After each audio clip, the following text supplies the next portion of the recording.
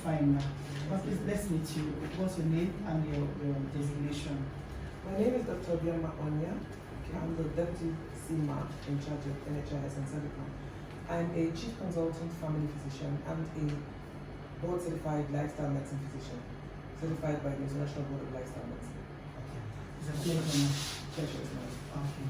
Now, please, we're here to find out from you as a lifestyle physician on the, you know what we are facing, the global issue we're facing, COVID-19. And from the cases we've seen so far, we're told that people who recovered from the illness, part of their success is recorded. Came through was it's believed that they were properly fed, they ate well. So can you throw more light to this? Yes. You see, for the first time, WHO is actually doing the right thing by encouraging people to live healthy lives. COVID-19 is an unprecedented scourge that has hit us hard and quite unexpectedly, and has led to the loss of lives and illness of several individuals, several thousands, hundreds of thousands of individuals, and it has changed the world forever, profoundly, in several ways. So never has it been more important to actually emphasize the importance of healthy lifestyle than now. And healthy lifestyle is not just about healthy nutrition, it's about ensuring that you exercise, you move more, you understand, you exercise enough. We recommend 150 minutes every week. That exercise is not just about going to the gym. You can actually do it at home. You can have exercise at home. You can dance. All sorts of things that you enjoy doing as long as you move. Then you sleep well. We advocate that people have good sleep and that they stress less. So they should stop being glued to their screens, looking out for the latest news on COVID-19. I mean, the media has bombarded us with all information, real and fake, over this the COVID-19 scourge. And people are not taking it well. Emotional health is being affected. And that is also not in tandem with a very good immune system. Now, what else are we talking about? We're talking about stressing less, reducing stress. We know that there's a lot of anxiety right now. Oh, how will the world be after this COVID-19? How are we going to survive it? Are we even going to survive it? What if we get it? What if we test positive? What if they take us to the isolation center? So much anxiety. And the advice to everybody is to stress less. Yes, find coping mechanisms, listen to music, believe in God, spirituality, all of that. Imbibe those things that will make you feel happier and better about yourself. Appreciate life as it is. Do good. We find that when you do good, when you help others, even in the midst of your own pain, you actually begin to feel better. You have a purpose for life, and you actually become healthier. So, then when we talk of social distancing, I want to tell us now that there's a difference between social distancing and actual physical distancing. Yes, we're advocating right now physical distancing and not social distancing, because social connections are very important at this point in time, because individuals have to reach out to their families, to their friends, and make meaningful relationships, meaningful connections that could also help to boost their immunity. So we advocate that people actually reach out to one another. Even if it's your friends that you've not heard from for a long time, call and find out how they're faring. Those are the things that could actually help with boosting everybody's immunity. And people will appreciate that, because a lot of people are worried, a lot of people are sad, there's a lot of apprehension everywhere. So we need to connect positively, but through social media, through social means, through telecommunication, virtually, but not physical. We must maintain physical distancing if possible and when possible. Now, so we have WHO has advocated and recommended several measures to ensure that the virus doesn't get to you, because that's the best way to actually avoid getting infected if the virus doesn't get to you. So we've talked about hand washing for 20 seconds, we've talked about hand hygiene, we've talked about respiratory hygiene, physical distancing, as we've mentioned before. We've even done lockdowns, the extreme of physical distancing. Whether it works or not, it's for you to judge, because we've not had studies that actually tell us the evaluation, that have evaluated the effects of lockdowns. But as we progress, because it's a novel virus, a novel disease, So we get more information and we change our guidelines accordingly. So now, in the rare event, well, it may not be so rare, that you may observe all these recommendations, there's still that possibility for you to get infected by the virus. And then what you now have left? Your immune system. And that immune system is boosted by your lifestyle. All those things I mentioned, you know, the diet, exercise, social connections, not smoking, not drinking alcohol, you know, all of that. Stressing less and stuff like that. And then diet, very important. So right now I'm going to dwell on the diet because I've mentioned all the others. Now, what is the immunity first? Because before I talk of the diet, what is the immune system? It's actually a network of cells, it's tissues and organs that help to fight off infections in the body. And you know, of course, what are the infections? They help to fight viruses, bacteria, fungi that could harm the body. And so they are our own internal soldiers, and I call them our own frontliners. So, and that is their job. And diet, lifestyle, and the environment could actually boost these soldiers, or could actually, you know, mar them. They could actually make them inefficient and ineffective in our fight against all diseases. No studies, mark my words, no studies have been done to prove that diet could actually help to boost the immunity against COVID-19. But we do know that, you know, all these things, diet, exercise, all those healthy lifestyle practices, have actually been effective in boosting the immunity against other diseases. So we tend to believe that, well, if it could do this for the others, why not for COVID-19? And that's it. Although, of course, we're still doing studies and all that on that, but there is no study that has actually proved that that is what it does. But we work on the premise, you know, from first principles, that if this boosting of immunity could help curb common flu, could help curb influenza, all of those, you know, infections, then it could also help with COVID-19. So, and what is it? We found it a lot, you know, in short, I think Nigerians are not even new to this dietary approach, and everybody has been, I went to the market and I found that lemon was off the shelves. We didn't have garlic, and turmeric was sold out. But you know, that's not just it. Let's look at it as a lifestyle metaphysician and lifestyle medicine advocate. And you know, when you talk of lifestyle, you're talking about evidence-based. It's not my thoughts, there's scientific evidence, a host of studies that prove that when you take certain foods, that they actually help to boost your immunity. I'm not imagining this. And what are these foods? When you talk of whole food plant-based diets, you talk of, there's a mnemonic, we use G-bombs. Whole food plant-based diet means unprocessed foods largely, and plant-based, which means we are de-emphasizing animal-based foods. We're not saying you shouldn't take them, but take them in moderation, and then emphasize on taking whole foods that are unprocessed. I'm saying that take your beans, take your green vegetables. We have ugu, we have spinach, we have kale, available in Nigeria.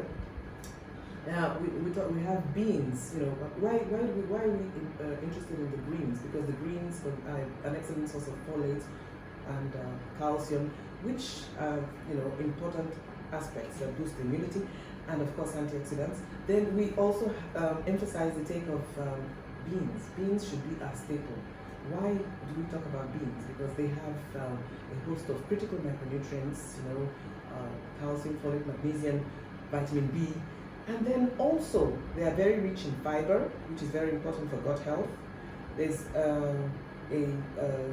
there's something we call the gut microbiome, and that is responsible for regulating diabetes, you know, how sugar is transported out of the gut, and how lipids, you know, fats are transported out of the gut. So it's important in weight loss, weight control, because weight control is also very important in this fight against COVID-19. It's also important against high lipid levels. So diabetes, it's very important against that. It's important against weight control. It's important, you know, against lipid, you know, reducing lipid profiles, which also could, you know, aggravate diabetes mellitus as we know it. I'm sure you know diabetes and all that. And we know, you know, well, I'll mention that why that's important, because we know that most people that actually have the very severe COVID-19 illness symptoms are those that have diabetes, type 1, hypertension, all those chronic underlying medical diseases, obesity inclusive. And so, and then they also have all those micronutrients that help to also boost the immune system. So it is very important to take that. And they're an excellent source of protein and complex carbohydrates. So we must try to see how we can eat it by boiling it. Try to avoid putting all those saturated fats. Like we use red oil to make beans porridge. We just boil it, spice it up very well. You could always make it into mai. You could make oppa, all sorts of things, and then mix it up with your salad and any other thing that you want to eat it with. You just eat it alone as a meal. Now, onions, we call them allium vegetables. They also garlic is inclusive in that. They have a lot of components that actually boost the immunity as well. Then you have mushrooms. I'm sure you know that we have mushrooms, but you have to make sure that you cook your mushrooms. Even though we encourage that most things should be eaten as raw as possible, there are certain things that shouldn't be eaten raw, like mushrooms, because they have a compound that is quite harmful, that is poisonous if you don't cook it. And it helps to boost the immunity, and it has anti-inflammatory properties as well. Okay. Doc, sorry, I'm taking you back. Some persons are complaining because of these restrictive measures for the containment of COVID-19, such as the closure of markets and the rest, restriction of movement. You see, so as these measures are in place, how will these people now reach out or have access to go to markets to buy this whole food you're explaining that is better than the animal-based food? In the interim, what should they do? Yes. Now, the point is that I'm also in this city, and I know that when they lock down everything, and they give time. But what I did, I never lacked any of my vegetables, and they're much cheaper than our staple. Gari went up 3 times, threefold. All those rice went up, everything went up, every other thing that is unhealthy went up. You understand? But ironically, the vegetables didn't go up because people don't even bother. The only thing I discovered was that lemon was off the shelves, and but I was able to get a lot of turmeric, a lot of ginger, a lot of garlic. These are herbs, and they were still as cheap as they've always been. 100 naira, you just get enough, and all that. So, and of course I got my cinnamon tea and my black tea, my cinnamon, my black tea, everything. All those things are laden with phytochemicals, that help to boost the immunity and reduce inflammation in the body. So I got a lot of herbs. Those are very integral parts of components of the diet that I'm advocating, or that lifestyle medicine is advocating to boost the immunity. Yeah. So we talked about mushrooms. Yes. So to summarize it now, can you just a little summary of everything you said? It also include people who don't know this lifestyle, like so what I'm saying is sedentary lifestyle. Is that what you're trying to say? Yeah, I'm saying that don't be a couch potato. Okay. Don't live a sedentary lifestyle. Okay. Right? Move as much as possible. Take part in activities that you enjoy taking part in, and then as long as you move and don't just sit in one place, that will help to boost your immunity. We advocate 150. If you can do minutes per day, if you can do, that's like 30 minutes every day, but per week. I mean, if you do 30 minutes every day, or if you can do 1 hour every day, that's great. Incrementally, whatever it is that you can cope with. Then we are talking about sleeping well, making sure you sleep well. We're talking about reducing your stress levels. Taking part in activities that reduce that. Not being glued to screens and listening to bad news all the time. And having hope for the future. Being content with the present, and happy about the past. So that's what we're talking about. We're talking about mindful eating, making sure that you purposely buy enough beans, vegetables, fruits, herbs, nuts and seeds, because nuts and seeds are excellent components of oils, vitamin E, zinc, iron. Those essential micronutrients that will help to boost your immune system. Then we're also talking about emotional health. We've talked about that: stress, emotional health, and positive connections. And then, of course, positive connections, like I said, with your family and friends, making sure you reach out, you share interesting moments, take pictures, reminisce over the past, and just count your blessings. That brings me to another question. And then one more thing, just one more. Alcohol. Try to reduce alcohol intake. Don't smoke. That's it. Yeah. All right, man. I want to take you to another question. It seems you have all that I need. So I'll be taking you on this question. Before the issue of COVID-19 came to play, what are those precious moments you miss? What are those? How do you know? What are those things you miss about your lifestyle before COVID-19 came? And what are your expectations? This one for tomorrow news. Well, the things I miss going on vacations. I miss physical closeness, because we're talking about physical distancing. And I think as a human race, we're not actually we're not created to have physical distancing. So I'm just wondering how sustainable that will be. So I enjoyed traveling, and I enjoyed going for conferences. Now we're going to have virtual conferences. It's not quite the same thing. We don't go for conferences just because we want to listen to the lecturers and all that. We need to mix up with people, share ideas, interact, go out for lunch, go out, several new cuisines and stuff like that, go shopping. Now all that has changed. A lot of people are going to be out of the hospitality industry, and they will have to find other ways of sustaining their livelihoods. And the future now is online, digital. People should get a computer and see how to make money online. That's the future, actually. And except for us health workers who still have to interact at some point, although we have telemedicine, and we're trying to introduce that here. We have telemedicine where we could actually speak with our people virtually as patients and attend to their problems. But we can't do surgery virtually, so they still have to come here. We can't do certain procedures virtually, so they still have to come around. So that won't change. But a lot has changed, and a lot will change. Okay, ma'am. Yesterday, a representative of WHO in the news was saying that he's not sure the virus will go away, coming from that body, giving such information. Yes. Don't you think it will send down fear and anxiety in people? How do you react to this? I feel that he is right. It's not about to go away. And luckily, 80% of people that contacted have just a transient, just have a symptom-free disease, so they don't even know that they have it. But the only danger is that they could transmit it to somebody that could develop symptoms. And because it's new, we've not really studied well enough who it actually could, affect adversely. Because most people, it doesn't affect, luckily, it doesn't affect most people adversely. So even if you infect other people, most people will still not be affected adversely. They could have the virus and transmit it to other people, and it will just fizzle out, just like viruses normally do, and you wouldn't even know you had it.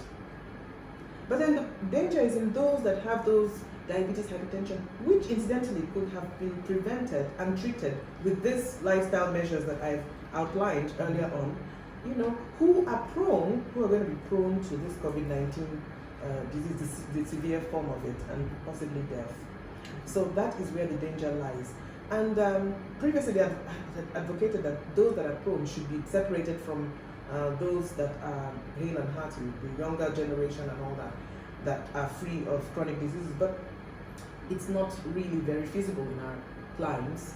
And because we've learned to live with it, we cannot stop our existence because of coronavirus. We have other things killing us. We have other diseases, we have other causes of death, we have other things. So I think we also need to learn to live with the virus, as he has advised, and which means, and that's why I'm saying I don't think that lockdown, especially in our climate, is the right way to go.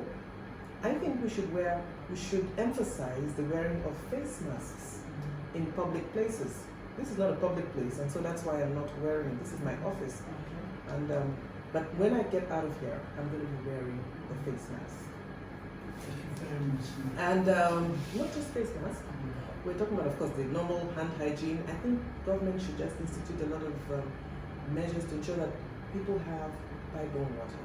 That's what our people have. It's so easy to grant, come and wash your hands, but we don't have facilities for washing hands. So if there are taps everywhere erected for people to wash hands, and people making sure that they wash them, and enforcing that people wear masks, have tight border control, and ensure that we continue to enforce these hygienic practices, I think we can live with the virus. Let's open the economy, let everybody go to work, because we know that there are people that depend on daily earnings, and those people will suffer.